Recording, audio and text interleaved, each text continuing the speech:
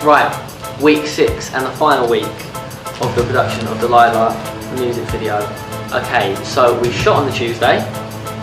Cameron and Natasha were brilliant. They were so accommodating. They were happy with absolutely everything we threw at them, because again, this is such a visual, emotional type video.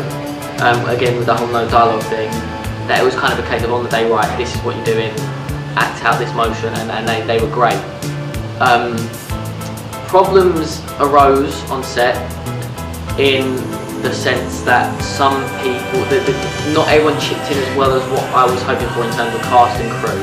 I found myself setting up lights, tripods, things like that, etc. Just equipment in general, when obviously there's people on board to do that. And that left Natasha and Cameron in an opposition, in the sense that they had to just kind of sit like spare parts at times, because where things should be set up as and when requested, people preferred to sit on their phones, etc. So that wasn't particularly great. But beyond that, we did crack on.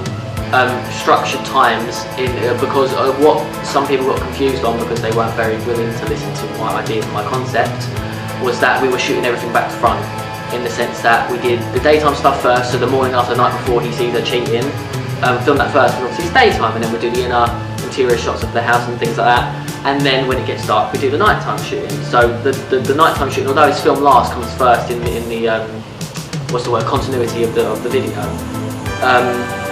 So it was structured. We did the outside stuff, came into a little bit of inside, had a lunch, we ordered Domino's for the actors as a bit of a thank you, that was great. Then did some more interior stuff, and then the plan was to do nighttime stuff. But again, because some people within the cast and crew weren't very committed and felt they had other places to be, resulted in us not doing night shooting, which can be worked around and is worked around in the edit, in the sense it's converted to black and white, you can play around with exposure. But any point at which you see the skyline, you can tell by the formation of the clouds and just the light in general that it's not night time, and it doesn't work as well as what I'd hoped. So for the sake of me, for want of a better word, conceding to some members of the crew, members that didn't really pull their weight as much as I would have liked anyway, I found myself not achieving the vision that I originally set out for, which sucks, but I mean, it is what it is, it's a learning curve. In regards to the shots achieved,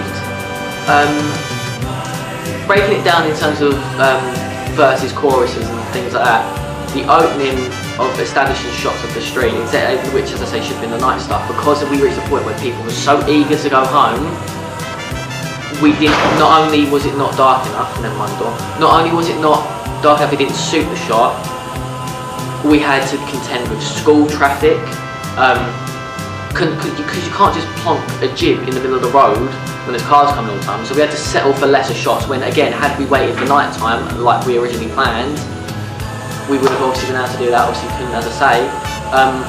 But regardless of that, we didn't achieve the shots in general. It starts with obviously the car pulling in. It's edited different to how we were originally storyboarded, obviously. But the car pulling in, there was going to be establishing shots of the road in general, which obviously we didn't get to achieve. So we had to work with what we had in slow sound footage. Down it's not particularly great in that sense again, and I put that, obviously it's my fault as a director, I've got to take responsibility for that, but I put it down to discontent within certain members of the cast, which is probably quite harsh, but on the other hand it's very, very true. So beyond that, when it comes to the main character, the narrator, Tom Jones approaching the door, that is more fleshed out, because that in my head was the main, when listening to Delilah and obviously coming up with the concept, that was the main thing that I visualised in my head. Again, the whole panning down with the knife behind the back, etc. So that is fine. Then, after the murder happens off screen, my idea was that the character would dart through different drawers and cupboards, etc., looking for bands and tabs and things like that. And we got some footage like that, but not all of it was able to be used because it just didn't fit the rhythm and the timing of the video. But also it's a residence, and we couldn't just go tearing out their cupboards, because I know obviously it was an agreement to shoot in the house, and I understand that, but on the day you can't just clear out all sorts of cupboards. And then obviously the whole policeman thing at the end is all archived footage, so that we didn't have to worry about shooting that. But again, I just felt we were somewhat held back by some members of the crew, not not only not fulfilling what their actual role is, but also pitching in other areas where you could use it. Because as a director, I found myself doing quite a lot of work, especially in regards to setting things up. And I even obviously at some point heard little whispers of discontent with myself and my lack of organisation. So that's never great to hear. But regardless, it's all part of the learning curve. So that's whatever. Another problem that arose was in regards to parking. Now obviously again, it's all shot back to front. So we started with the whole car pulling away the next morning, the lover. So that car was parked on that side of the road adjacent to the house, while the boyfriend, the Tom Jones character, is on the other side. And then the original lover's car pulls away out of shot, which is fine. But then when it came to filming later stuff at night, there was meant to be the night before, everything needs to be in the same position. So there was moving about of cars, etc. Which resulted in a member of the crew getting a parking ticket, which isn't particularly great. There are yellow lines down the road, but it wasn't for that, it was for the sake of having her wheel slightly on the curb, which isn't great. So you can add to the budget the price of £55, which is not very good. But regardless, it's something that arises. But yeah, no, that's another problem we were met with. On the whole, it was an alright shoot, but as I say, I keep making this point, and I'll probably sound like a broken record, but obviously discontent within some members of the crew, etc., not filling their job roles properly, resulted in a not particularly great outcome. But it's saved in editing, and obviously that some of the best pieces are saved in editing, so hopefully people will feel the same with our final edit, which I'm very pleased with, etc. But yeah, it's a whole learning curve type experience. The actual shoot didn't go as streamlined as what I'd hoped, but regardless, the actors, as I say, Cameron and Natasha, were great, so accommodating, and hopefully the final product reflects how happy they were to do what was requested on the day, which juxtaposes what some other people weren't really willing to do on the day, but less said about that the better.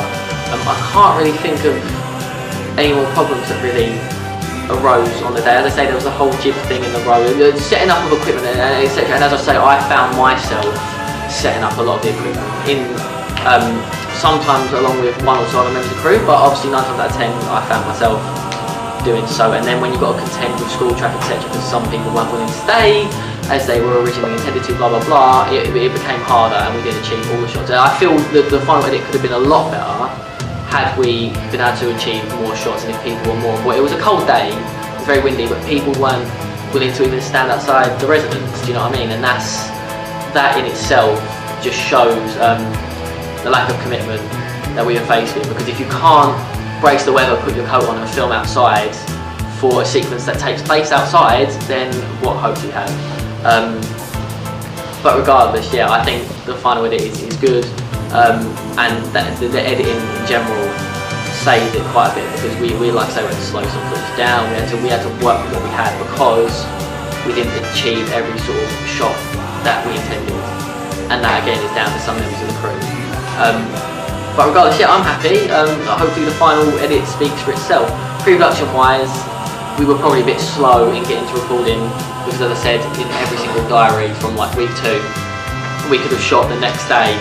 It was just having actors, and obviously upon doing that, which was a stroke of luck, as I said, last production diary, in finding Natasha and Cameron, that obviously allowed us to achieve what we wanted to in a shorter space of time. It was a lot of pre-production, then a short time in which to film, and etc. But it worked out fine in the end.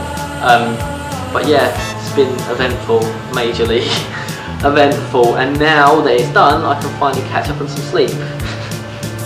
But yeah, that's that.